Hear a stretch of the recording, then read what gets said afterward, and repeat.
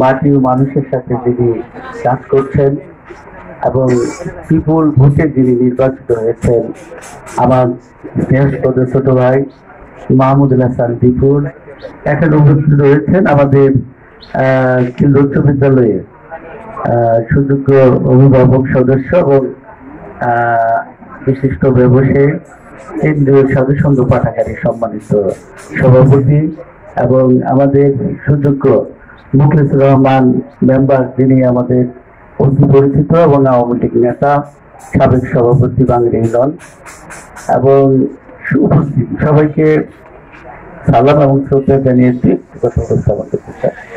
আসলে life insurance সম্পর্কে আমাদের গ্রামের মানুষ অতটা জানে না, কিন্তু বিশেষ করে দেশ বিদেশে যে দেশ যত উন্নত সেই দেশে দেখা যায় এই লাইফ ইন্স্যুরেন্সের গুরুত্বটা অনেক বেশি।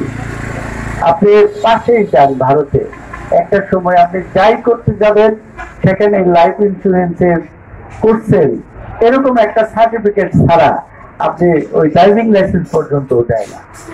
শুধু তাই নয়, এবং প্রতিটা ক্ষেত্রেই এই লাইফ ইন্স্যুরেন্সের যে মর্যাদা, আপনি যা করতে যাবেন ওই লাইফ ইন্স্যুরেন্সের একটা আপনার লাগবেই, ওটার একটা সনদপত্র লাগবে। এটা আমাদের বাধ্যতামূলক, এবং আমাদের দেশেও আমার মনে হয় সামনে দিনগুলো আসতেছে যে এরকম সরকার হয়তো করবেন যে যাই করি লাইফ ইন্স্যুরেন্স দরকার। একটা লাইফের ইন্স্যুরেন্স এটা একটা বিরাট বিষয়।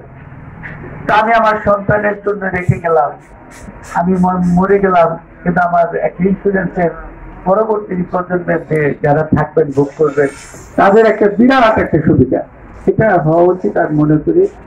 সেই জন্য আজকে এই অনুষ্ঠানের মধ্য দিয়ে আমার মনে হয় যে নিশ্চয়ই অনেক গুরুত্ব পাবে লাইফ ইন্স্যুরেন্স। এইভাবে ঢালাও মিটিং ফিটিং করে যে ইন্স্যুরেন্সের টাকা প্রদান করে, পাওনা টাকা প্রদান করে, এটা কঠিন বিষয়।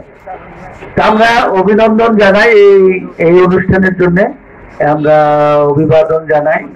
আজকের এই অনুষ্ঠানটা এত সুন্দর করে, বৃষ্টি না হলে হয়তো অনেক সুন্দর হইতো, তারপরেও যে একটু সুন্দর হয়েছে। আমি কর্তৃপক্ষের ধন্যবাদ জানাই যারা এই টাকার জন্য দূরপাত্র হয় নাই, অতি সহজে আপনারা আগ্রহ করে এখানে যে টাকা দিয়ে গেলেন, পাওনা টাকা, লাইফ ইন্স্যুরেন্সের টাকা, এটা একটা রূপ রেখাপাত হয়ে থাকবে আমাদের মনের ভিতরে। আমরা দোয়া করি লাইফ ইন্স্যুরেন্স আরো বিশেষ করে এই প্রগতি লাইফ ইন্স্যুরেন্সের মঙ্গল কামনা করি।